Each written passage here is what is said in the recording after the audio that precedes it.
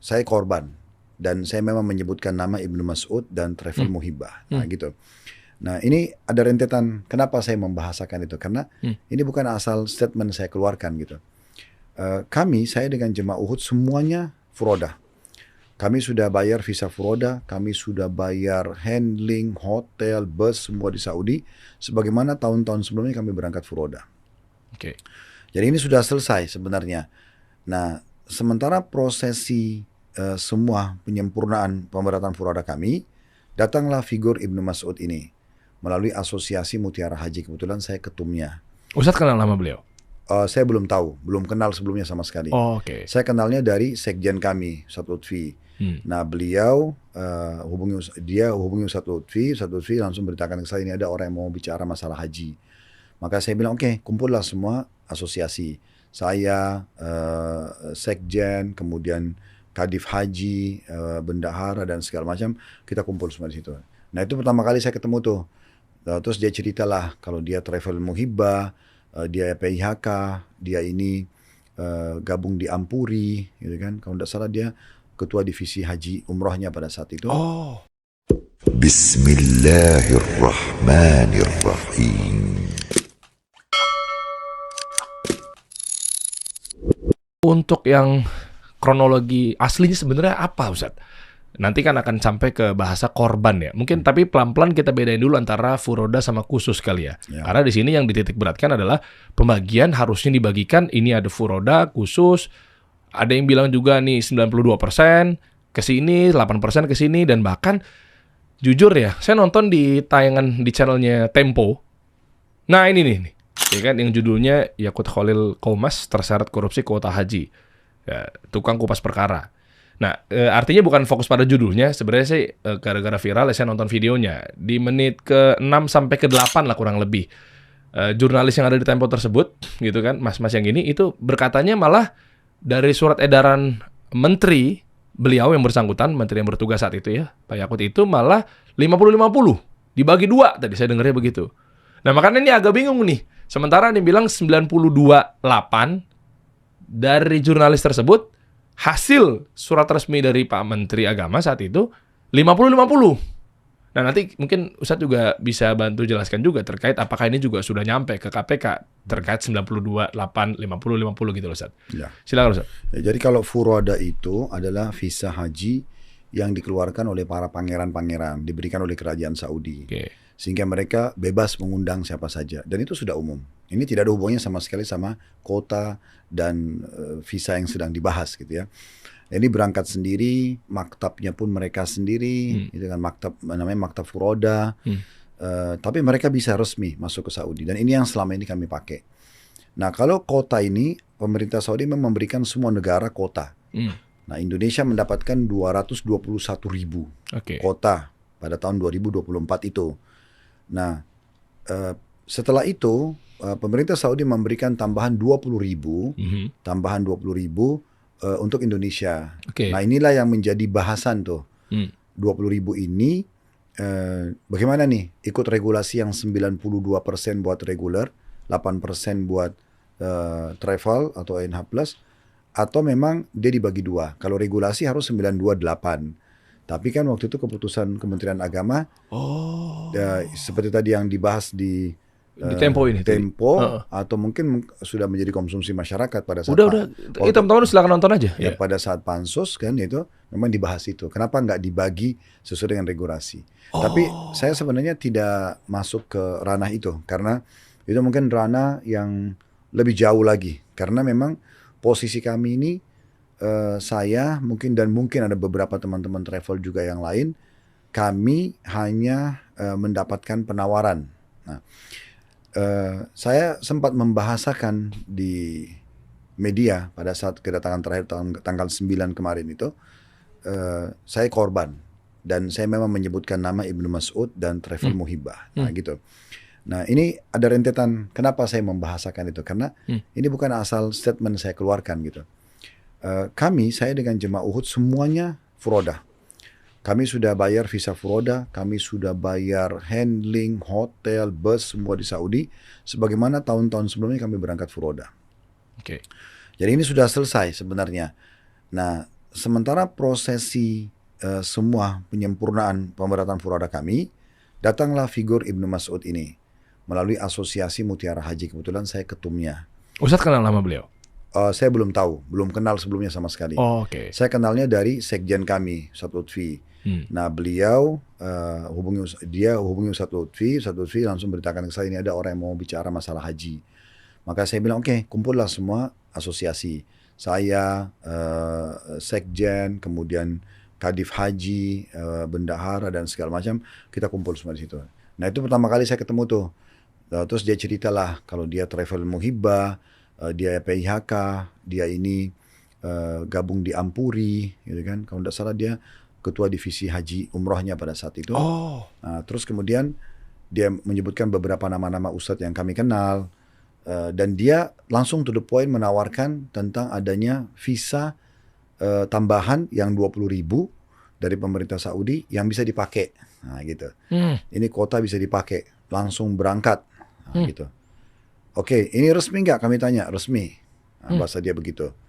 Oke, kalau resmi, sekarang kalau kita head to head sama furoda, visa kami, visa furoda juga resmi dan akan berangkat. Oke. Cuma ini juga mau berangkat, berarti sebenarnya ini balance, belum ada nilai plus yang bisa membuat saya pindah aja deh, gitu kan? Ya. Nah, kemudian tiba-tiba saja dia membahasakan juga kalau kota itu bisa mendapatkan maktab VIP. Ditawarkanlah di selembaran kertas itu maktab VIP zona A, zona B. Nah, maktab VIP ini memang yang menarik buat kami. Karena maktab furoda itu jauh. Sehingga ini bisa menjadi nilai plus selama visa itu resmi. Kemudian tidak melanggar peraturan ya. Kami pahami itu berarti legal. Terus kemudian dapat maktab VIP. Oke, ini maktab VIP menarik nih, karena dekat sekali sama Jamarat. Maktab VIP itu biasanya di sana dikenal dengan zona biru. Waktu itu zona biru, dia datangkanlah gambar, ya seperti ini. Oh ini gambarnya, yang VIP yang dekat Jamarat tuh berarti yang atas ya, Ustadz ya? Betul, jadi ini semua yang biru ini sebenarnya zona biru, dianggap zona VIP. Cuman yang bagian atas ini zona buat Asia Tenggara. Jadi Indonesia, Malaysia, Brunei gitu-gitu. Yang di sebelah sini, seingat saya ini buat Eropa. Ya. Bawah? Ya. Intinya ini yang biru semua zona VIP. Nah ini yang bisa masuk adalah kota. Kalau furoda nggak bisa masuk ke sini. Makanya karena di bagian atas ini adalah Jamarat, sangat dekat dengan Jamarat, maka kita tertarik. Waktu itu ada maktab 111 sampai 115. Itu berarti haji khusus ya? Haji khusus. Yang dimaksud dengan kota teman-teman ya. Jadi furoda nggak mungkin di situ? Nggak bisa. Oke. Nggak bisa. Nah, ini akhirnya menarik ini. Oh, kita bisa masuk sini nih. Selain visanya resmi, kita juga bisa dapat maktab VIP. Oke. Nah, berjalan waktu tentu ada penjelasan tentang masalah visa itu dibayar 4.500. Dan waktu itu kami karena Uhud Tour pun izin PIHK kami, izin haji itu keluar akhir 2023. Sementara ini kan kejadian haji 2024. Jadi kami sudah dapat jatah untuk kota, tapi memang harus antri. Biasanya itu 6-7 tahun ke depan. Nah ini 6-7 tahun ke depan ini, dia kita berarti belum bisa berangkat di tahun itu. Tapi karena ini dibahasakan ini adalah percepatan, ini adalah resmi, bisa dipakai. Oke, kalau gitu tidak ada masalah.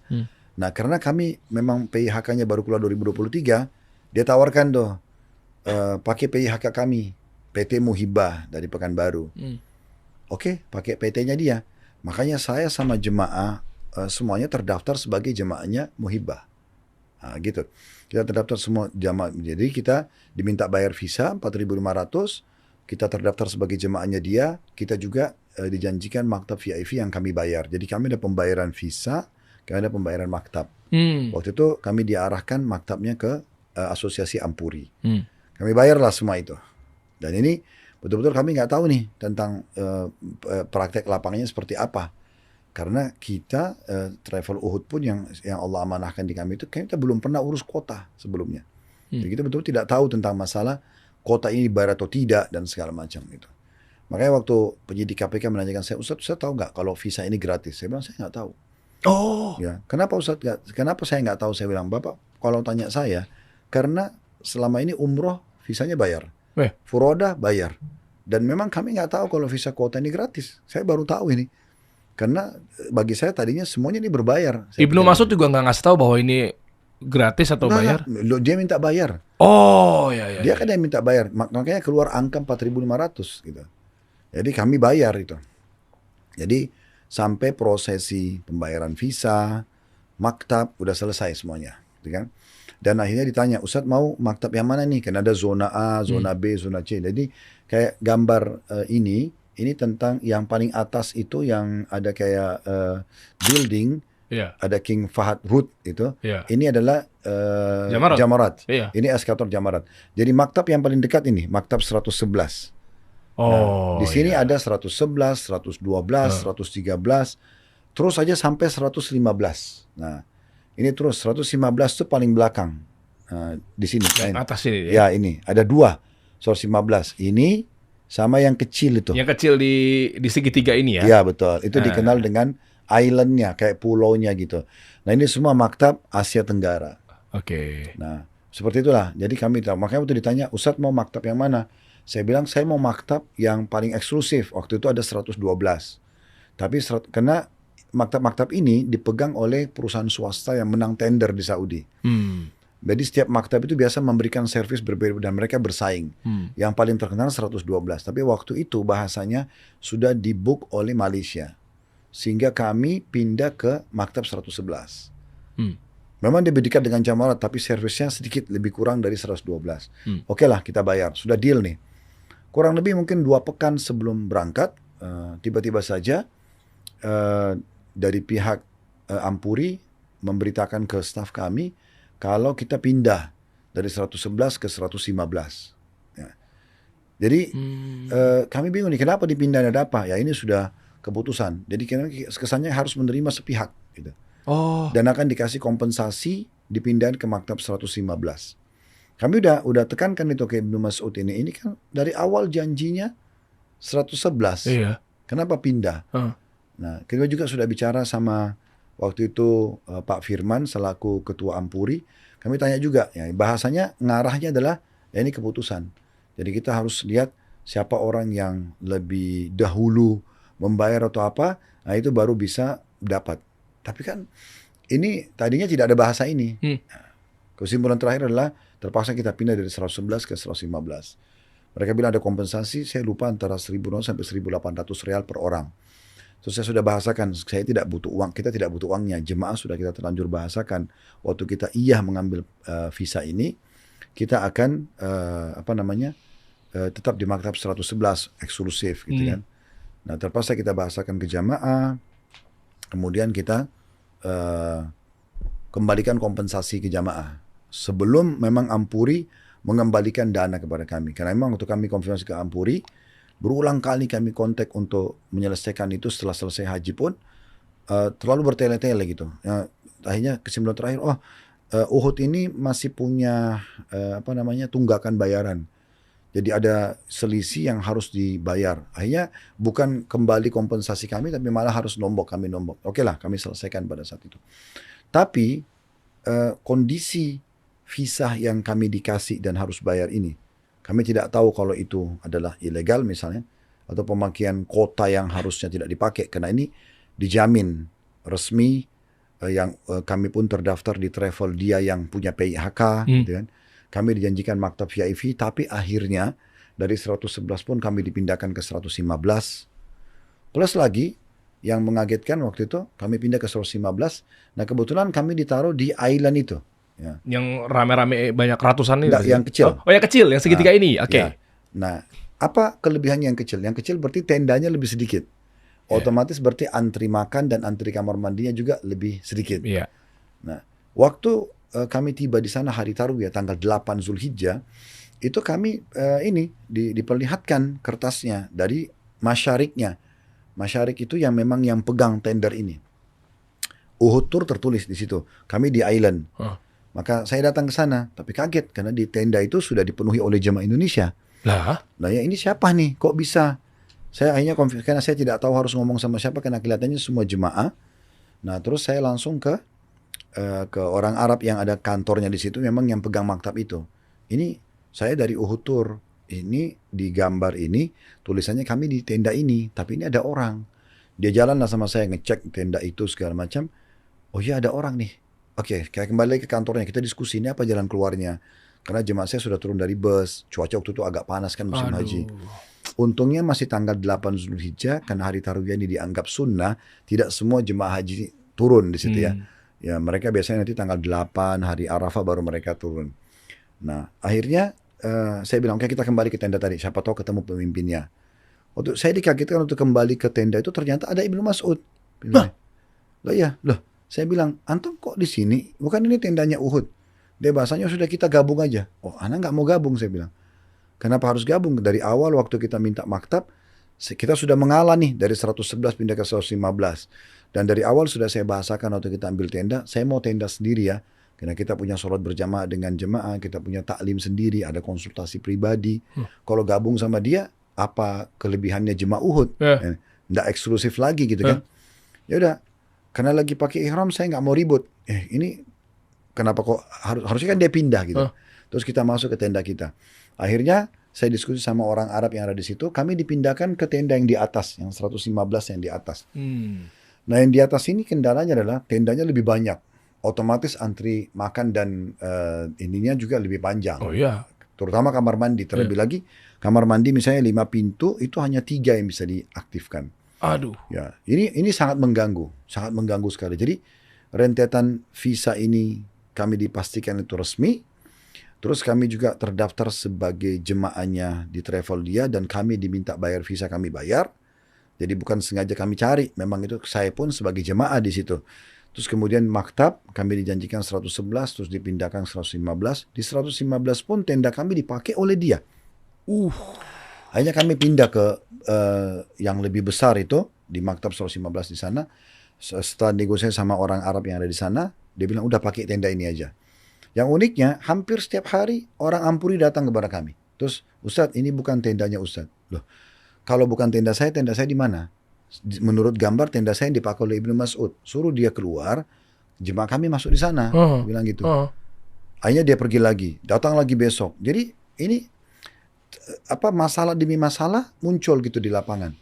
Saya sudah merasa terzalimi karena harus pindah dari 111 ke 115. 2 kali pindah. Tenda kami dipakai sama dia, terus kemudian disuruh gabung sama dia. Waktu itu kemudian pindah lagi ke maktab yang di sebelahnya, di tenda sebelahnya.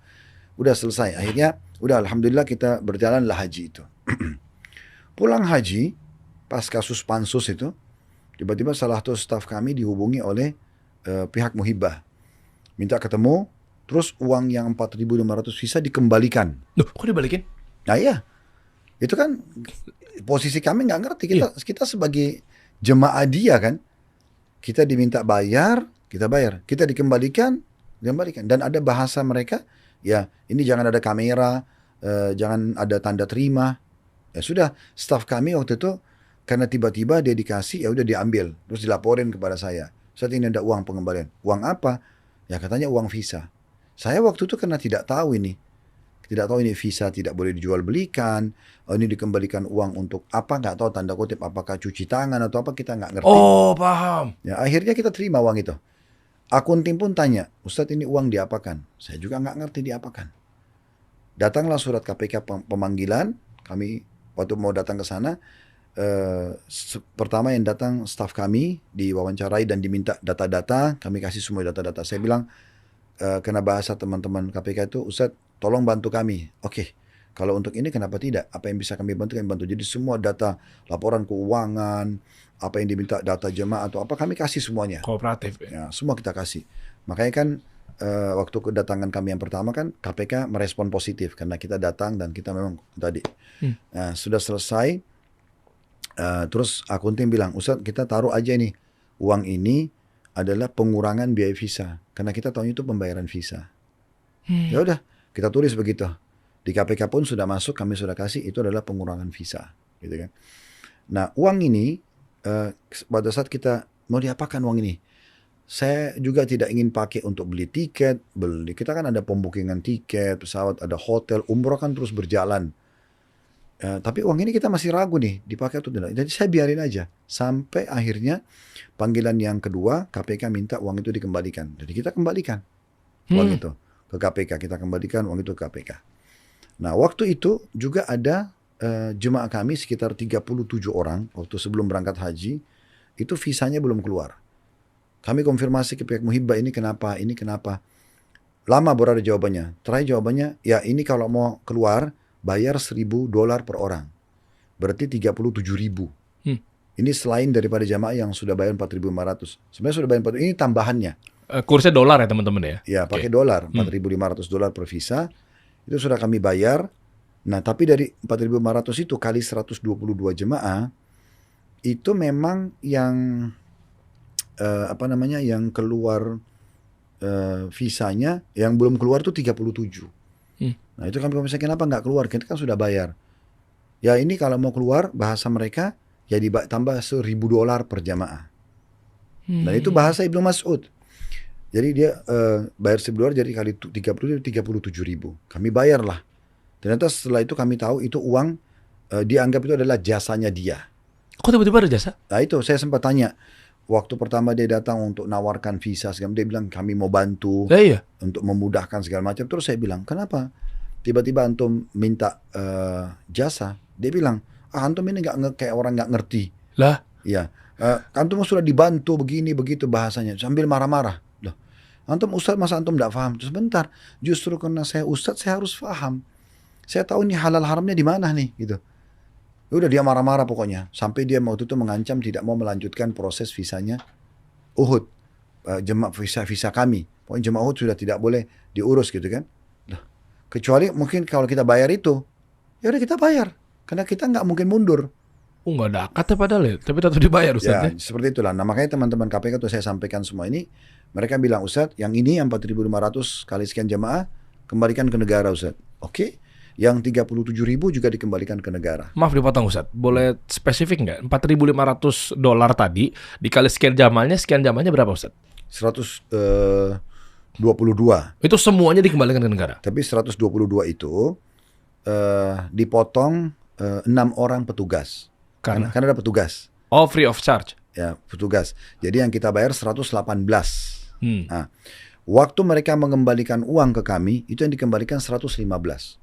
Jadi bukan 118 pengembaliannya. Ini biar clear. Berarti masih ada 3 jemaah 4.500 kali 3 yang belum kembali kepada kami. Itu sudah kami sampaikan semua ke KPK, gitu kan. Alhamdulillah kami waktu store uang 4.500 kali jumlah jemaah kami sudah punya tanda bukti. Ditandatangani pakai materai. Waktu kami juga store uang 37.000, kami juga punya bukti. Kami juga bayar maktab VIP ke Ampuri juga ada buktinya. Itu semua sudah saya serahkan ke KPK. Nah ini buktinya kami seperti ini. Nah jadi lanjut, seperti itu. Nah waktu mereka kembalikan uang dan akhirnya KPK menanyakan tentang visa ini. Pertanyaan penyidik itu, Ustadz tahu nggak kalau visa ini gratis? Saya bilang saya nggak tahu. Setahu saya bayar karena umroh selama ini bayar, furoda bayar. Ustadz itu gratis loh Ustadz. Loh berarti yang dia minta uang 4.500 itu nggak boleh dong kan gitu. Oke. Jadi, makanya dia balikin. Makanya dibalikin. Nah inilah rentetan sejarah panjang. Kenapa saya ambil satu kesimpulan untuk ditanya sama media. Saya korban. Dan saya menyebut nama Ibnu Mas'ud karena memang orang ini yang datang. Travel dia Muhibbah, travel ini yang dipakai nama-nama kami di situ. Jadi saya bukan mengarang-arang gitu. Ya. Kalau memang ada statement dari mereka nggak menipu, itu urusan mereka. Tapi kami membahasakan apa adanya dan kami punya datanya. Gitu. Oh Masya Allah, barakallahu fikum. Jadi artinya begitu. Ini coba saya rangkum sedikit ya untuk masalah yang kuota ini dulu nih. Sebelum kita lanjut ke pembahasan yang berikutnya. Datanglah jatah 20.000 untuk jamaah Indonesia. Yang tadi udah kita tahu ya, harusnya 92%, 8%. Nah, tapi ternyata dari surat putusan dari Menteri Agama saat itu yang dibahas di jurnalis Tempo adalah kok tiba-tiba jadi 50-50. Nah, saya nggak mau bahas itunya sih sebenarnya sih, tapi yang penting adalah itu resmi. Karena memang ya perdagangannya jelas transaksinya memang ada resmi yang diberikan atau mungkin dikabarkan informasinya lewat Kementerian Agama. Setelah itu Ustadz nggak tahu, Ustadz beli karena penawarannya pun juga ini jual beli kan. Betul. Ya kan, ya visa ya kita juga sedikit paham ya mengenai furoda. itu ya memang ada jual beli di situ. Taunya belakangan dibalikin uangnya dengan nilai 4.500 sama berarti plek-ketiplek segitu Ustaz ya. Iya, betul. Nah, ini saya kurang paham nih. Mungkin karena orang-orang hukum yang tahu nih apakah ini biar menghilangkan jejak atau seperti apa, saya kurang paham di situ. Ya, terlepas daripada mereka hilangkan jejak atau tidak, saya cuma coba menjelaskan realitanya seperti ini.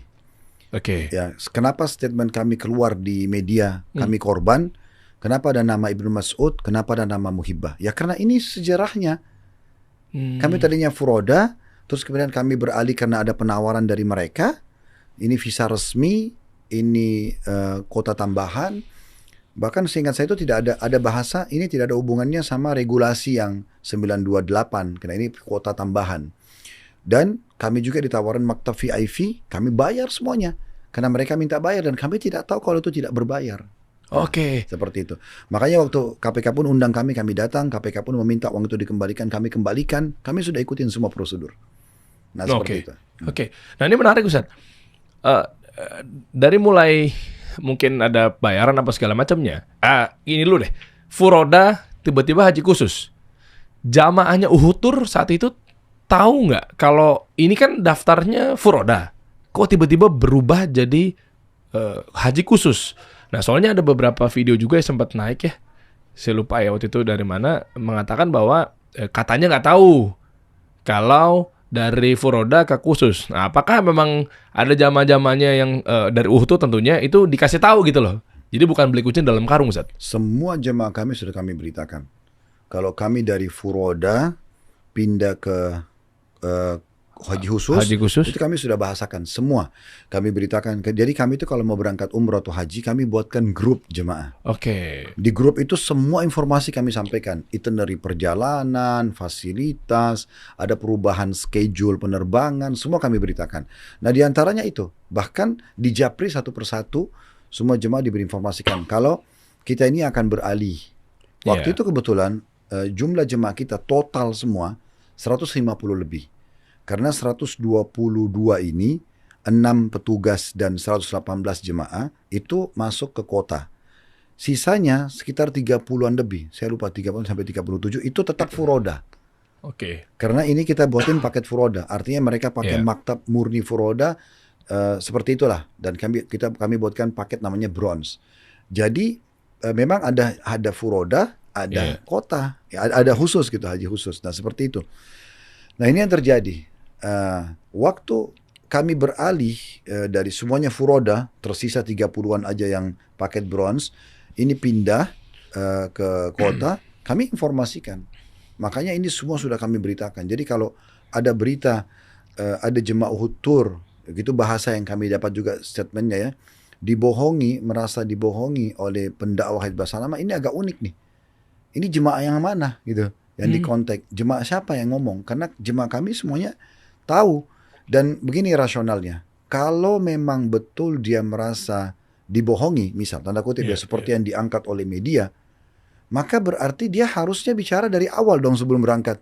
Ustadz, kok saya furoda, kok saya jadi kota, kan dari awal. Kenapa sekarang ada kasus KPK baru dia ngomong? Dan di sana mereka tahu betul, kita bahasakan ini karena kita haji khusus dapat maktab VIP. Dan jemaah menikmati semua. Oh iya ya, logikanya kan kalaupun furoda nggak mungkin di tempat yang maktabnya VIP. Betul. Dan itu semua sudah tahu. Makanya, dan kalaupun misalnya dia mengeluh, dia harus kan sampaikan ke kami dulu. Dan tidak ada komplainan jemaah selama ini. Belum ada satupun yang komplain. Bahkan kami bisa membahasakan, alhamdulillah, di antara jemaah kami yang sangat puas adalah jemaah penerbangan pada saat itu. Karena bus, hotel yang kami janjikan semua persis, kami nggak pernah ganti-ganti. Nah ini izin Ustadz, ini kan soalnya dari airmall.id ya. KPK bilang ada jemaah merasa dibohongi Khalid Basalamah. Nah ini yang maksud saya nonton ini. Jadi statementnya saya juga kurang tahu ya, maksudnya tujuannya kemana. Kok rasa-rasanya dari media ini adalah benar-benar mengiyakan apa yang ada laporan dari jemaah. Inilah penyakitnya media nih masalahnya. Jadi banyak di antara mereka, ya kalau kita bahasakan bahasa ceramah itu kurang bertakwa kepada Allah. Harusnya kan jelas dulu nih, gitu kan. Apalagi kalau buat judul-judul yang sengaja menggelitik supaya menjual. Karena pada saat ini dibahasakan, kami konfirmasi ke jamaah-jamaah kami. Memang ada di antara bapak ibu yang merasa belum diinformasikan. Akhirnya ada jemaah kami yang buat cuplikan tuh, pakai handphone dia sendiri, Ya. inisiatifnya beliau sendiri. Oh, Ini ini salah saya satu nonton jemaah nih. kami dari Makassar. Nah, ini beliau Oke. membahasakan. Nanti sebelum kita play yang ini boleh balik ke Bapak tadi kemeja warna putih. Nah ini, Ustadz tahu kan di sini kan narasinya kan seakan beliau adalah jamaah Uhud Tour. Tapi Ustadz ingat muka beliau. Oh bukan bukan ini petugas. Oh petugas. Oh I see. Ini petugas yang KPK. disebutkan jelas nggak petugas bahwa nama itu benar-benar dari jamaah dan Ustadz tahu? Saya nggak tahu. Pokoknya kami cuma dapat dari mendengar juga informasi katanya ada jemaah Uhud merasa dibohongi. Bahasa dibohongi ini agak unik. Karena ini mustahil terjadi gitu. Bagi kami yang mustahil. Kami nggak pernah ada niat membohongi. Mungkin gini, salah satu hal-hal kecil ya, yang selalu kami jadikan SOP di Uhud Tour, dan itu saya tekankan sekali sebagai SOP, Uhud kalau buat flyer, kita usahakan tidak ada setaraf. Hotel ini setaraf. Tahu. Kenapa tidak ada setaraf? Karena kami mau komitmen, tidak ada tadlis, nggak ada sesuatu yang samar. Jadi kalau kita sebutkan misalnya paket platinum di Madinah Hotel Hilton, di Mekah Hotel Intercon, kami sebelum angkat flyer sudah DP hotelnya. Jadi nggak ada istilah jemaah nggak dapat kamar. Oke. Kebanyakan travel mereka angkat flyer, mereka tes pasar dulu. Begitu ada jemaah baru dia kontak. Kalau hotelnya penuh, makanya dia tulis taraf, dia bisa pindah ke hotel lain. Oh, karena cash flow-nya mungkin belum sekuat Uhud Tour kali ya? Bukan masalah cash flow, ini masalah komitmen. Karena kan jumlah kamar yang kita ambil, kalau kita sudah DP, dan DP itu kan bisa contoh harga kamar 1.000 atau 2.000 rial per kamar, tergantung hotel bintang 5-nya. Kan kita bisa kasih tanda jadi dulu. Masya Allah. Ya. Jadi itu bukan cash flow yang besar. Yang penting kita bayar, dan kita memang berbisnis harus punya modal, mau tidak mau gitu kan. Nah, kita bayar dulu. Jadi jemaah itu pasti dapat. Dan pada saat kita iklanin, jemaah baca, dia daftar karena fasilitas itu, dia dapat fasilitas itu. Oke. Dan pada saat dia bayar, kita lunasin juga ini penyelesaiannya gitu kan. Nah seperti itu. Jadi ini salah satu contoh komitmen kami yang mustahil kami itu berbohong ke jamaah. Di saat kami menunjukkan ini koper Bapak Ibu, ini bajunya, ini busnya, semua sama seperti apa yang kita berikan. Terlalu banyak testimoni kami di media yang kami angkat, jemaah bicara sendiri. Uhud Tour memberikan gini, Uhud Tour seperti ini.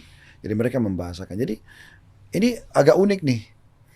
Yang rasional tadi saya bilang, kalau jemaah ini betul merasa dibohongi, harusnya bukan sekarang dong. Ya harusnya kemarin. Sederhana sekali, sebelum berangkat, dia akan bilang, karena bisa ngomong sama saya, apalagi haji ini bersama saya. Terbuka sekali jemaah bicara. Ustaz, saya kan furoda, kenapa Ustaz alihkan saya ke kota? Kan bisa saja begitu. Iya. Saya tentu jelaskan. Tapi memang sudah kita jelaskan dari awal. Jadi jemaah tidak ada yang berangkat ini kayak tidak tahu. Itu nggak mungkin gitu. Ini menurut kami, karena kami yang di lapangan ya. Begitu juga pada saat mereka pakai fasilitas kami, tahu ini fasilitasnya haji khusus. Kayak maktab VIP itu misalnya. Karena furoda nggak bisa masuk di situ. Dan semua jemaah, alhamdulillahnya waktu kami masuk di Mekah, tanggal 4 Zulhijjah, 1 Zulhijjah kami masuk itu, kami umroh, semua jemaah kami taruh di Hotel Anjum. Baik yang khusus ataupun yang furoda. Yang furoda kami kasih mereka bonus 4 hari. Tanggal 1 sampai tanggal 4 Zulhijjah. Jadi satu hotel semuanya. Jadi yang furoda pun itu satu hotel sama haji khusus tapi hanya 4 hari. Setelah tanggal 4 Zulhijjah, yang furoda pindah ke hotel mereka yang standar. Hotel transit mereka, tenda mereka standar. Nanti ketemu kami lagi di saat kalau seingat saya itu mungkin tawaf wajibnya haji. Seingat saya tawaf ifadah. Nah, di sini tinggal yang khusus saja. Jadi perbedaan furoda sama ini dari sebelum kita berangkat, pada saat kita berangkat itu sudah jelas semua bagi jemaah. Jadi agak unik pada saat keluar statement, oh ada jemaah merasa dibohongi. Jemaah siapa? Tampilkan saja siapa jemaahnya. Kita bisa jelasin, karena kami punya bukti. Makanya tadi jemaah kami yang dari Makassar, Pak Rifa, jazahullah khair, beliau buat cuplikan, beliau mengatakan, di video ini saya masih simpan buktinya. Di grup itu kami diinformasikan. Jadi saya berangkat dalam kondisi saya faham ini adalah khusus. Dan jemaah yang nah ini video ini kan juga rame viral nih. Beliau diarahkan oleh Ustadz untuk mengeluarkan testimoni seperti ini? Enggak. Apa kemauan pribadi? Enggak, saya tidak pernah bicara. Kalau saya pribadi. Tapi saya tiba-tiba dikasih lihat, oh ada jemaah itu ditulis. Video ini dibuat spontanitas. Wah, ini yang komen teman saya nih. Coba lihat dia tuh apa dia tulis tuh. Ini Makulau Karina. Hmm. Karina Makulau. Tuh. Anak dari Raja Makassar, Raja Goa, Andi Jema Makulau. Nah itu dari Itu. sana. Coba saya baca dulu teman saya dulu ya, karena saya salah fokus ke sini jadinya nih. Tetangga saya nih beda berapa rumah doang tuh, satu komplek. Saya baru tahu nih. Bismillah, saya juga jamaah Uhud, masya Allah nggak pernah ada kendala. Waktu tunggu pembagian kamar dapat paling akhir dan nggak menunggu. Pas masuk kamar dapat upgrade dan staf Uhud selalu minta maaf. Padahal menurutku ya nggak apa-apa, nggak kenapa-napa gitu. Total itu mereka handle jamaahnya. Dan ngelihat Ustadz Khalid ikut ngangkat kardus air mineral pun, masya Allah. Beliau yang punya loh. Yang punya, kok pakai ngangkut kardus air gitu kan?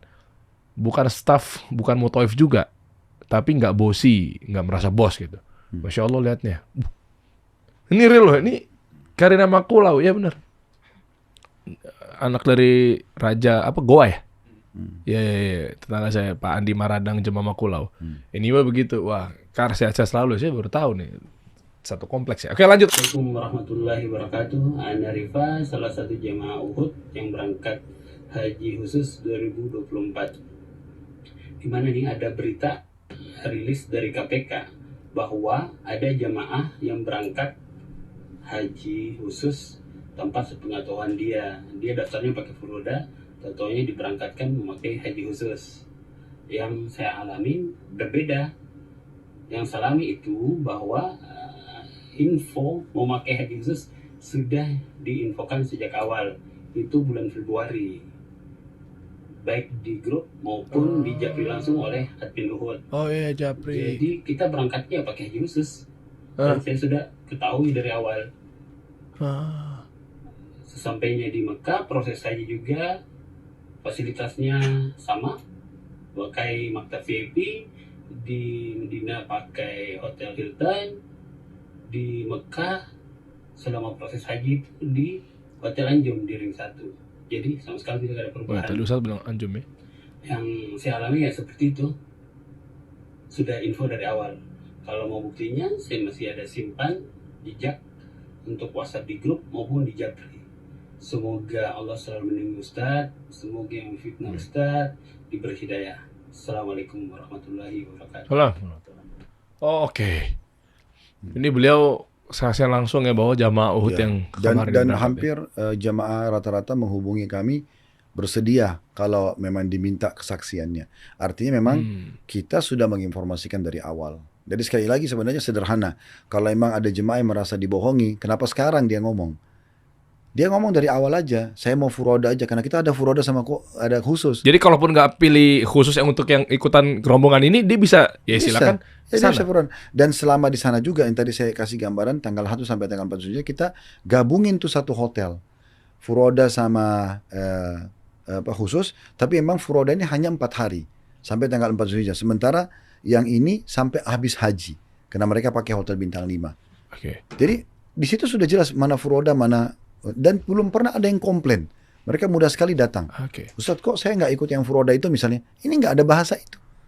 Mereka oke saja. Jadi bahasa dibohongin ini terlalu vulgar dan luar biasa gitu. Ya. Nah, udah nyampe KPK belum? Atau mungkin gini, hasil dari putusan KPK seperti apa, Ustadz? Dari kan semuanya pasti dijelaskan kan di berita juga ngangkat 7,5 sampai 8 jam gitu. Ya, jadi sebenarnya bahasa juga 7-8 jam ini perlu difahami ya. Saya memang belum pernah masuk di KPK seperti kemarin, baru 2 kali ini. Saya melihat sebenarnya kan ada proses ya.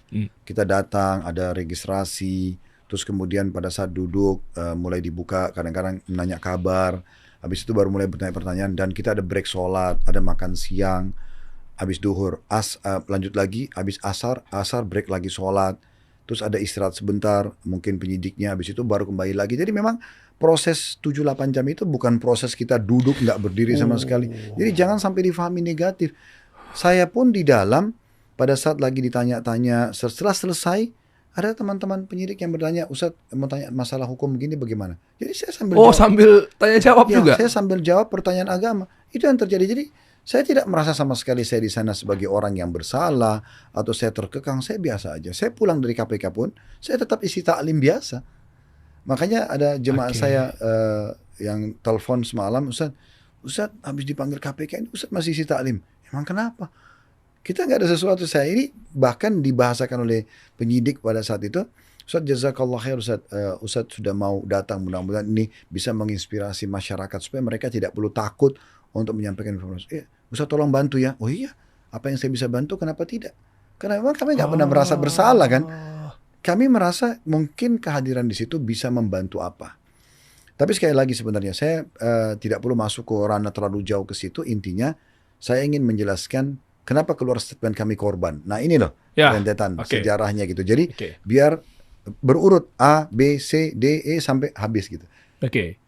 Ya. Jadi mengenai korban itu sendiri, begitu Ustadz utarakan ke KPK, artinya saya nggak tahu nih, ini bahasa hukumnya seperti apa gitu. Jadi kalau korban berarti datang ke KPK sebagai saksi. Ya. Sebagai saksi dengan ada kejadian apa segala macam, apalagi ada transaksi gitu kan di PT Muhibah. Setelah itu dinyatakan korban. Terus apa respon dari KPK bahwa jawaban Ustadz adalah mengenai korban? Ya mereka catat saja. Mereka catat dan mereka catat semua. Jadi mereka tanya bagaimana pertama ketemu Ibnu Mas'ud, apa yang ditawarkan. Ya seperti itu saya paparkan semua apa adanya. Lalu totalnya ada berapa Ustadz travelnya? Kalau boleh tahu ini kan semacam kayak konsorsium ya. Jadi dari PT Muhibah berangkat total jamaah seluruhnya berapa Ustadz? Saya tidak tahu kalau mereka berapa. Tapi yang jelas saya sama jemaah Uhud karena sudah siap paspor, sudah siap semua. Karena ini kan sudah siap untuk furoda. Tinggal itu yang kami serahkan. Kami tahu cuma jemaah kami. Saya pun berharap sebenarnya yang saya bahas adalah lingkup jemaah saya saja. Ya, saya tidak mau tiba-tiba tampil di media mengatakan korban terus ingin mengkambing hitamkan orang, sama sekali tidak. Nggak, maksud karena ini historinya. Betul. Maksudnya gini, apakah memang Ustadz sendirian atau memang ada banyak travel juga atau seperti apa gitu? Yang mana nih yang ikut ke Muhibah? Saya nggak tahu. Kalau itu saya tidak tahu. Tapi dari asosiasi kami pun ada yang ikut sama mereka sekitar 20 orang kalau tidak salah. Itu urusan asosiasi. Tapi pakai travel apa? Pakai Muhibah juga. Jadi mereka ini menawarkan kita bergabung sama mereka karena mereka sudah PIHK sudah lama, gitu. Tapi dari penyidik atau mungkin dari polisian, PT Muhibah ini dicek nggak? Maksudnya saya tidak tahu sampai ke sana, karena saya betul-betul nggak takut-takut bodong atau apa misal. Saya nggak tahu. Saya sudah sebutkan nama, mereka bisa cek. Kami pun waktu disebutkan Muhibah, kami sempat cek awalnya. Memang travelnya ada, memang PIHK ada, memang Ibnu Mas'ud ini bergabung di Ampuri, di divisi haji, gitu-gitu kan. Kami udah cek semua waktu awal. Berarti ini visa resmi, ini memang orang di Ampuri, orang ini punya PT Muhibah. Kita pun daftar, saya sampai bawa ke KPK tuh list nama kami memang sebagai jemaah Muhibah. Nama saya pun ada Muhibah. Jadi memang kita resmi semua di situ. Ini loh yang terjadi. Realitanya begitu. Realitanya seperti ini. Nah, artinya tinggal jawabannya berarti Ustadz ya. Tinggal jawabannya seperti apa rilis dari KPK-nya. Next-nya apa gitu? Kita boleh tahu. Saya tidak tahu. Saya cuma bilang pada penyidik waktu kedatangan saya yang pertama ada satu bapak, saya namanya Pak Rizky. Saya tanya salah satunya waktu kami ada jedah istirahat sebentar, Pak Rizky saya mau tanya, maaf saya ini tersangka atau gimana? Bukan Ustadz sebagai saksi. Itu bahasa penyidik langsung. Kedatangan yang kedua pun itu sempat saya tanya ada berapa travel yang rencana mau diperiksa. Banyak Ustadz, sekitar 400-an. 400 travel? Begitu bahasa tadi yang saya dengar dari penyidiknya. Terus kemudian ini setelah saya sampaikan semuanya, saya paparkan karena saya datangkan data-data. Kalau kami ditawarkan maktab ini, kami dipindahkan tersebut, ini saya datangkan semua, saya sampaikan. Ini nama kami listnya di Muhibah. Ini tanda penyerahan kami uang 4.500 yang mereka minta pakai matre. Ini pembayaran 37.000-nya yang diminta. Kami serahkan semuanya. Jadi memang setelah itu saya sempat bertanya, habis ini apa Pak? Ya udah, nanti kalau memang kami butuh, baru kami konfirmasi lagi ke Ustadz. Jadi tidak ada bahasa nanti Ustadz akan ditahan atau Ustadz akan ada panggilan lagi, itu tidak ada sama sekali. Ya udah, mereka dapat informasi. Saya cuma merasa ya saya selama ini saya merasa saya kok jadi korban ya. Karena saya tadinya sudah tinggal berangkat sama jemaah saya, tapi karena ditawarkan ini visa resmi, maktab VIP, ya udah kita jalan gitu. Anggaplah tadi bulat deh 400 travel misalnya, menurut tadi laporan kan. Dari 400 itu misalnya bulat deh Uhud 1, berarti sisanya 399. Berarti kan kalau dimiliki sama satu orang aja misalnya minimal berarti ada 399 owner dari travel yang lainnya. Kok di sini rasa-rasanya apakah kenapa Ustadz itu yang menjadikan seakan-akan menjadi aktor utama? Nah, ya nggak tahu. Itu juga jadi tanda tanya di diri saya sendiri. 399 lainnya dipanggil juga kemarin. Dan yang gini, kan jumlah kota yang dipermasalahkan kan 10.000. Ya kan? Oke. Kan tadi yang dibahas oleh tadi apa sih? Apa? Kompas atau apa tadi? Ya, Tempo. Tempo. Yang dibahas oleh Tempo tadi itu kan ada surat tuh dibagi 50%. Nah, ini. Berarti kan 50% itu 10.000 kan. Nah, 10.000 ini kalau kita anggap itu yang dipakai kan, yang dipermasalahkan, Uhud itu mengambil dari Muhibbah sesuai dengan penawaran mereka 122. Iya. Artinya kalau 10.000 kurang 122 masih ada 9.800 sekian. Nah ini ini mana ini kenapa nggak dibahas gitu kan? Kenapa kok ada kesan tadi itu memang kok kesannya kok Khalid Basalamah ini kok Uhud Tour ini gitu. Apalagi lebih dalam keluar statement itu ada jemaah Uhud yang merasa dibohongi. Ini kok ke sini sih gitu loh. Ini bahasanya kemana sebenarnya arahnya? Kan harusnya ngerucut aja ke inti permasalahan apa gitu. Jadi ya sudah, yang penting kalau saya sudah jawab sebagai warga negara. Saya tahu teori agama, saya harus taat pada wali amr. Saya ditanya historinya, saya ceritakan semuanya. Dan saya mengeluarkan kata-kata saya korban karena alasan saya sudah saya paparkan tadi.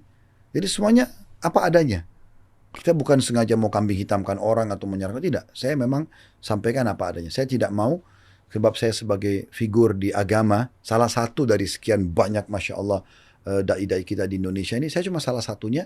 Yang saya tidak mau, di belakang kita ini ada kami sebagai dai, ada Islam. Ada Al-Quran, ada ajaran Nabi Muhammad SAW. Nanti orang anggap nilai negatif. Oh, Ustadz bisa bohongin jemaahnya ya. Nah, saya nggak mau ini, karena memang tidak benar.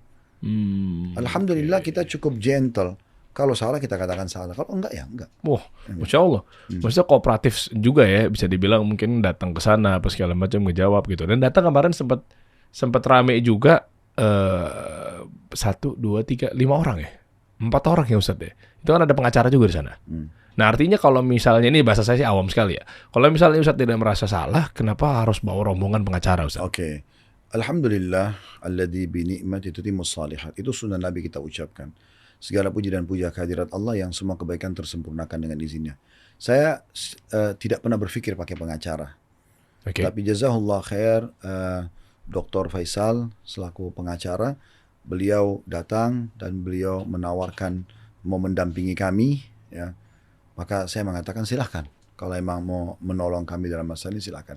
Akhirnya beliau hadir bersama kami ke sana mendampingi supaya nanti jangan sampai juga ada mungkin ada bahasa-bahasa yang takutnya nanti dipelintir atau disalahgunakan. Lalu saya tadinya tidak bersalah bisa jadi bersalah.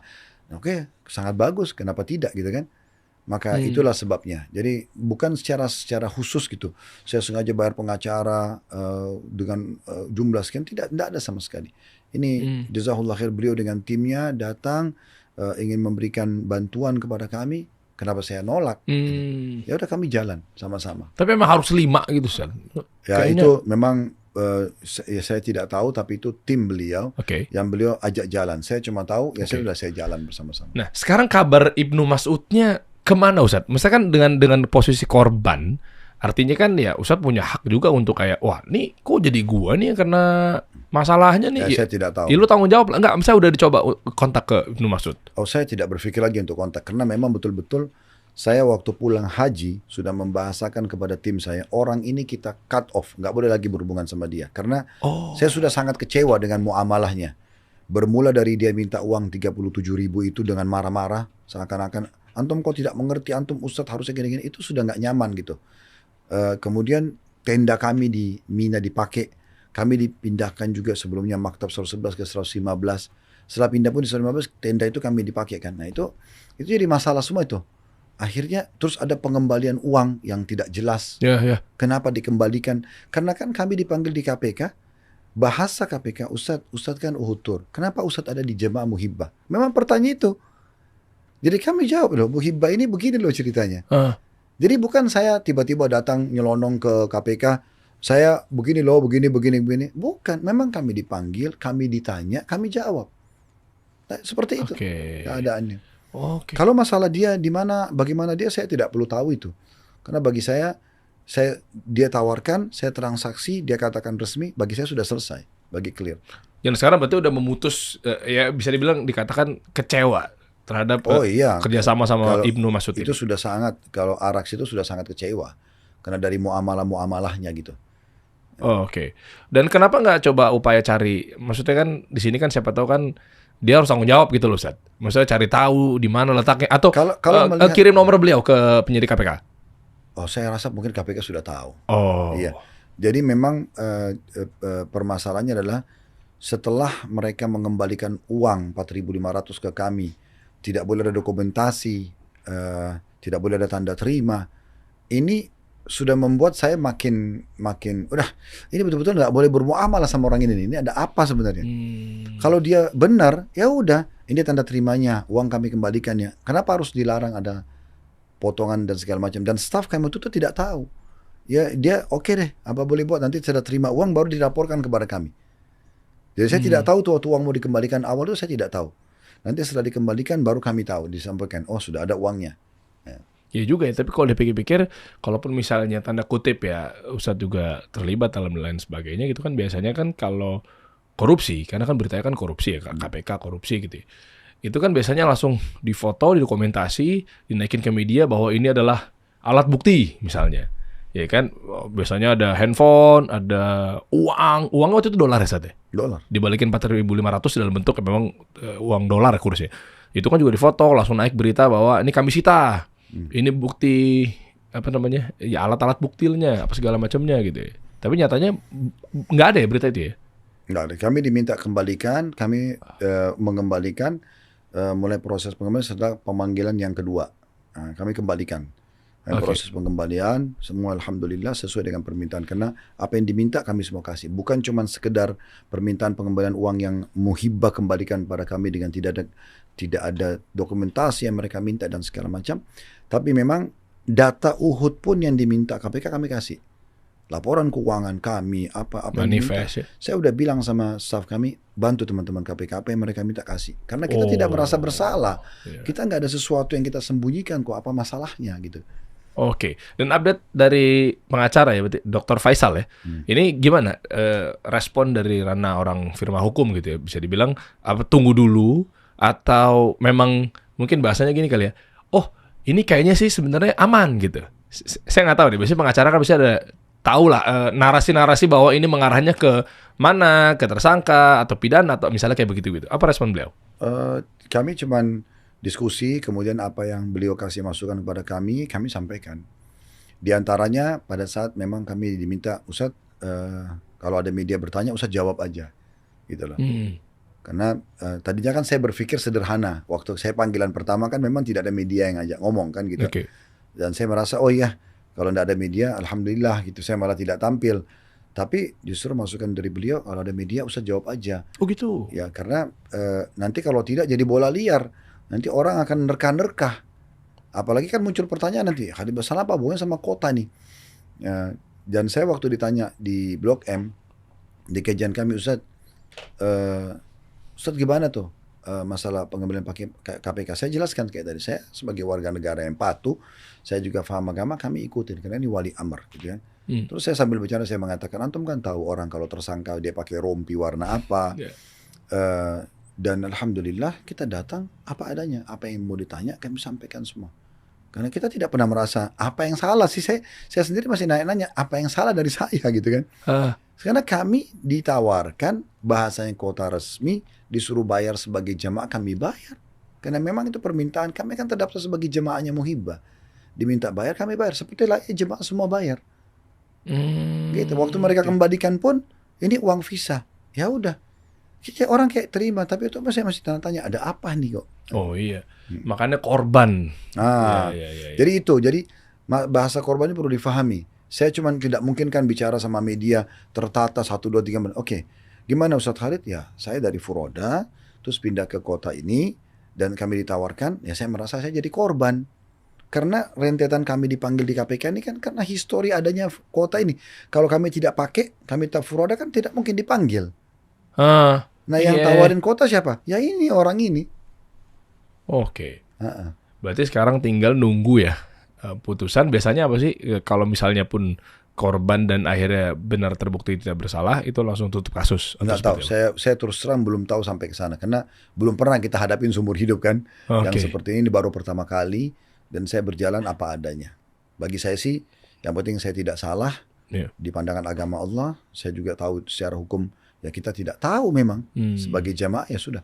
Pokoknya posisi saya itu sebenarnya mirip seperti jemaah lainnya. Iya ya. Sebentar deh, kan Ustadz terdata di PT Muhibah itu sebagai jamaah. Jamaah. Loh, yang tadi yang dari Makassar, tetangga saya tadi Semua kita terdaftar sebagai jemaah muhibah. itu jadi oh. Yang beralih dari furoda ke kota, semuanya terdaftar jadi jemaahnya dia. Oh, berarti harus diusut tuntas tuh berarti PT Muhibahnya ya. Ya itu urusan mereka. Saya pokoknya tidak mau masuk ke ranah itu karena bagi saya itu tidak ada kepentingan saya di sana. Saya cuman membahasakan kan umat ini, bagi saya umat ini yang bertanya, Ustadz Halid kenapa dipanggil? Ustadz Halid bagaimana ceritanya? Kok bisa pakai kuota? Karena dianggap ini kan orang yang pakai kuota ini seperti orang yang mengambil jatahnya orang. Nah ini kita nggak ngerti. Makanya saya bahasakan saya korban, kita nggak ngerti. Kita taunya ini resmi. Dan ada mungkin yang ngikutin dialog pansus kemarin juga pasti tahu lah, connect dengan itu kan. Oh, iya. Kan sudah ditanya oleh DPR kenapa Kementerian Agama bagi 250%, kan mereka punya jawaban tuh di publikasi. Ya, jadi itu sudah Anda bisa cari tahu lah sendiri di situ. Kami cuma bicara ranah kami aja. Supaya jangan umat salah paham, jangan sampai saya tidak ingin dakwah ini, agama ini tercoreng hanya karena kesalahpahaman.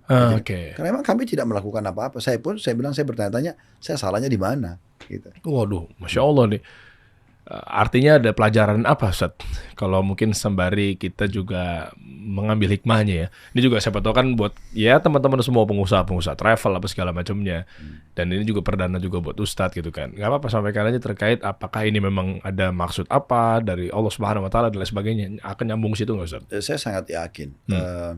Beberapa kasus secara nasional dulu pernah viral gitu kan. Terus akhirnya saya tiba-tiba ada di situ. Ternyata memang ada hikmah Allah SWT, kita tidak tahu gitu kan. Pasti ada hikmah Allah SWT. Kalau saya selalu berasa kalau saya tidak salah ya sudah gitu kan. Oke. Ya. Semoga Allah mudahkan lah Ustaz ya. Dengan adanya seperti ini ya kita lihat saja bahwa ya insya Allah dengan kooperatif, dengan mungkin dibantu tadi Dr. Faisal gitu ya, pengacara dan lain sebagainya, korban itu ya kita lihat sampai sekarang juga Ustaz juga datang ke sini gitu kan. Nggak di sana, terus tadi barang bukti $4.500 juga bukan dijadikan sebagai alat bukti apa segala macamnya. Ya kan biasanya begitu tuh gaya-gayanya kan, misalnya pun anggarannya ke tersangka apa segala macamnya gitu dan lain sebagainya. Ya hikmahnya juga luar biasa tadi. Saya juga jadi banyak belajar apa segala macamnya. Dan tadi panas ya, sayanya stres sendiri juga, deg-degan gitu kan. Ini sebenarnya seperti apa gitu. Mungkin ngopi-ngopi dulu kali Ustaz ya. Ini biar tenang juga di ujung obrolan. Dan tadi saya mau ngopi, ngopi nggak? Saya Ustaz lagi seru sekali. Ini namanya kopi tubruk gajah Ustaz. Wah, Masya Allah nih. Kita coba. Soalnya kan ini kan pembahasannya kan akan sangat dalam. Izin Ustaz ngopi dulu Ustaz ya. Bismillah. Jadi kalau ngobrol yang berat-berat kayak gini teman-teman semua enaknya ditemenin sama yang bikin melek nih. Ini kopi tubruk gajah. Ini kopi kesukaan kita semua. Ini wanginya luar biasa nih, begitu dicium nih. Dihirup ya. Rasanya juga mantap, seruput. Ini kesukaannya kemarin juga Timothy Ronald kesini. Siapa lagi pada ngopi di sini ya? Pada demen sama banyak narasumber kita. Kopi tubruk gajah. Informasi silakan teman-teman. Kalau buat pembahasan yang berat-berat kayak kita begini, harus ditemenin sama kopi ini. Ada yang mau disampaikan Ustadz di ujung obrolan buat teman-teman? Ini nasihat lah buat saya, buat teman-teman semua terkait adanya sudah menjadi sunnatullah.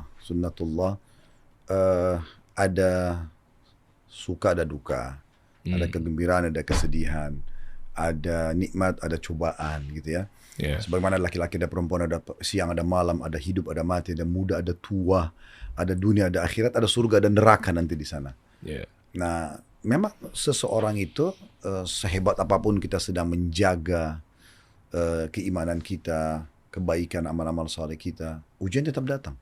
Siapa yang lebih hebat dari Rasulullah SAW? Beliau sangat hebat dengan imannya sempurna segala macam. Diuji nggak? Diuji. Jadi hal-hal yang seperti ini saya menganggap sebuah ujian dalam hidup saya. Yang penting kondisinya adalah, ini yang kami fahami dari guru-guru kami, kalau sedang datang ujian, kita jadikan itu sebagai sekolah termahal buat kita. Karena ini bukan sekolah formal. Sekolah di lapangan langsung, Allah ajarin kita, ini masalah, kamu diajarin mau nggak mau harus berpikir, cari jalan keluarnya. Ini praktek. Nah, ini sangat mahal. Ya, mungkin dengan orang diuji dengan penyakit, orang diuji dengan tingkah laku pasangan hidupnya, diuji dengan mertuanya, macam-macam, bisnisnya segala-galanya. Jadi saya melihat ini adalah sebuah ujian. Selama kita benar, ya sudah, kita komitmen, kita sabar, sebagaimana Rasulullah contohkan. Tapi kalau ada orang salah, dia bisa juga gunakan itu momentum untuk dia segera bertaubat. Misalnya istighfar, tobat kepada Allah, kemudian dia juga mengembalikan hak orang, itu kesempatan sebelum nanti ada hisab yang berat di hari kiamat. Nah itu mungkin hikmah yang bisa kita ambil dari ujian. Karena mungkin orang yang bertanya, oh sekelas Ustadz pun bisa diuji. Oh justru kata Nabi SAW, ujian itu datang sesuai dengan kadar iman seseorang. Makin kuat agamanya, makin berat ujiannya. Makanya Nabi SAW pernah demam berat. Kemudian seorang sahabat datang dan memegang di atas selimut beliau itu sampai terasa tembus panasnya kan. Beliau mengatakannya, Rasulullah, Anda diuji dengan demam yang luar biasa. Kata Nabi SAW, iya, saya diuji 2 kali lipat dari kalian. Nabi nih. Terus kemudian sahabat itu mengatakannya, Rasulullah, berarti Anda juga dapat double pahala. Kata Nabi SAW, iya. Besarnya pahala sudah dengan besarnya kadar ujian. Dan orang akan diuji sudah dengan kadar keimanannya. Tentu di sini bukan berarti, oh kalau orang beriman berat ujiannya itu akan diuji apa yang tidak diujikan pada orang yang bukan. Kasusnya adalah Nabi lagi demam. Contoh misalnya orang normal tuh demamnya 40 derajat itu sudah harus dirawat biasanya kan. Mungkin Nabi itu bisa 50, 60, 70 mungkin. Jadi lebih berat aja. Mungkin kalau orang-orang yang biasa flu demamnya seminggu, mungkin orang beriman yang lebih kuat itu mungkin 10 hari.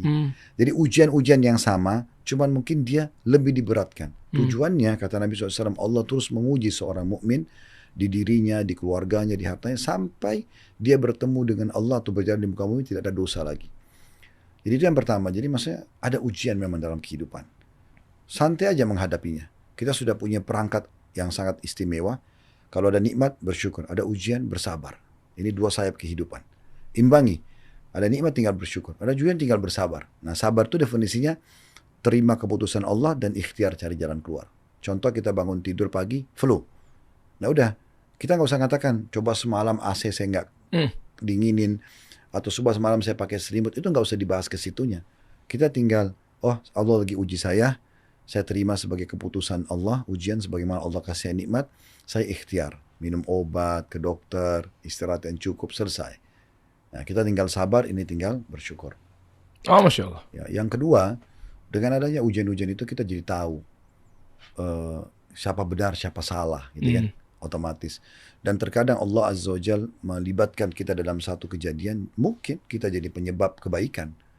Ya, Allahu a'lam, saya tidak tahu apakah dengan saya hadirnya di sana ternyata membantu memang apa yang menjadi target teman-teman membongkar kasus korupsi, sehingga saya juga ikut dapat pahala. Alhamdulillah. Kan kita tidak tahu. Jadi bisa saja ke situ kan itu. Kemudian yang ketiga, sebenarnya ujian itu sangat luar biasa menjadi penyebab kita dekat sama Allah. Kadang-kadang kalau ada ujian itu, kita kalau berdoa tuh beda banget dengan kalau kita lagi tidak ada ujian. Iya lagi. Iya. Iya, karena saya pernah dulu waktu pertama buka restoran Ajwad di Kalibata, sudah setahun lebih nggak buka-buka karena tukangnya nggak kerja. Saya setiap datang, ini apa sih masalah gitu.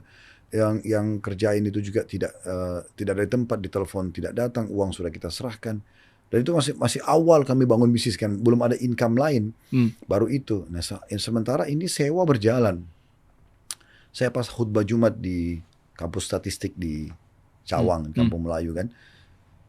Saya datang lebih cepat, saya sholat tuh di depan mimbar. Di belakang mimbar maksudnya. Sujud saya sambil berdoa sama Allah, minta jalan keluar. Rupanya antara mimbar itu dengan dinding itu ada celah sedikit. Itu bisa ngelihat. Ada satu, selepas sholat saya mundur dari depan mimbar, belakang mimbar ke depan mimbar. Jadi saya masuk di saf pertama. Bapak itu sudah tua, udah putih semua rambutnya. Dia ngomong, apa kabar Ustaz, gini-gini. Dia sempat bilang, Ustaz sempat susun nggak doa-doa dalam Al-Quran, tapi hanya doa Al-Quran tapi disusun dalam buku-buku? Oh belum Pak. Terus dia bilang, Ustaz tadi waktu sholat itu saya lihat dari celah itu, Ustaz lama sekali sujudnya, Ustaz berdoa apa? Oh saya lagi ada masalah Pak, tadi saya mohon sama Allah supaya jalan keluar. Dia sambil pegang rambutnya, dia bilang gini, Ustaz rambut saya sampai seputih ini, saya belum pernah merasakan sujud selama itu. Kok nikmat banget ya. Pesan itu kayak Allah sampaikan dari lisan beliau ke saya. Tuh, ujian itu mendatangkan kamu bisa nikmatin sujudmu loh. Belum tentu kita bisa. Ya, jadi ujian-ujian itu datang betul-betul membuat kita jadi lebih dekat sama Allah. Kita nangis, ya Allah tolong kasih jalan keluar. Itu tidak bisa kalau lagi tidak ada ujian. Fitrahnya manusia begitu memang. Nah seperti jadi terlalu banyak pelajaran yang bisa diambil. Tapi yang jelas ini sekolah, pengalaman di lapangan. Allah didik kita supaya kita bisa menghadapi permasalahan tersebut. Masya Allah. Jazakallah khair, barakallahu fikum. Saya dapat kesimpulannya, artinya dari klarifikasi, kronologinya dan lain sebagainya, A sampai Z juga tadi Ustadz sudah sampaikan secara clear. Kalau saya sih ngambil kesimpulannya korban. Justru di sini, karena beliau korban, saya mendukung KPK. Wah, sekarang saya mendukung teman-teman penyidik dan lain sebagainya yang ada di KPK usut tuntas. Karena beliau korban, ya udah kita lihat nih, mana nih yang menjadi biang kerok ya. Tadi berkali-kali kan kalau saya kan, ya kita teman-teman juga bisa ambil kesimpulannya. Arahnya ke sana. Ayo kita sama-sama kita bantu. Mungkin ada yang teman-teman di sana juga yang mau tanyakan ke pengacara beliau dan lain sebagainya. Kita pokoknya mendukung penuh bahwa karena justru beliau korban, jangan sampai ada korban-korban yang lainnya. Jangan sampai akhirnya nanti berjatuhan menjadi korban-korban yang lainnya. Nggak harus yang diceritakan tadi ya, masalah Ibnu Mas'ud atau mungkin PT Muhibah dan lain sebagainya. Atau mungkin jangan-jangan di sini akhirnya teman-teman KPK juga melihat bahwa oke, berarti dengan ada kasus yang seperti ini akan dibidik nih mana kira-kira nih oknum-oknum yang nanti akan berulah kembali kan, jadi udah tahu kan. Support penuh buat KPK untuk usut tuntas. Ya, dan saya satu poin juga, saya datang pun berbicara bukan karena mau menyebutin nama Ibnu Mas'ud atau PT Muhibah, tapi karena saya ditanya ya. Ya, karena memang KPK bertanya kepada saya, Ustadz kenapa ada namanya di Muhibah? Itu pertanyaan. Berarti kalau gitu belum ada kata-kata bahwa dia divonis sebagai pelaku gitu. Itu waktu awal itu begitu. Makanya kami jelaskan semua cerita. Jadi memang nama Muhibah ini disebut. Awalnya kan waktu selesai haji, kami berpikir ya sudah kami jemaah, ada kekecewaan ya sudahlah, udah selesai gitu kan. Udah. Jadi tapi waktu KPK panggil, nah ini ada apa nih gitu. Ya udah, kami harus bahasakan ini. Cuma belum ketahuan juga ya, kita nggak boleh juga vonis sana sini ya, dan lain sebagainya. Kita serahkan saja sama ahlinya memang orang KPK seperti apa, dan nanti keputusannya yang menjadi mungkin koruptornya atau dalangnya atau otaknya itu kan kita serahkan saja. Ya kalau memang justru adanya korban ya jangan sampai ada korban-korban yang lainnya. Kita mendukung penuh buat KPK, ya Ustadz juga mendukung penuh juga. Kita cari siapa sih sebenarnya penyebab utamanya. Jazakallah khair, barakallahu fikum Ustadz.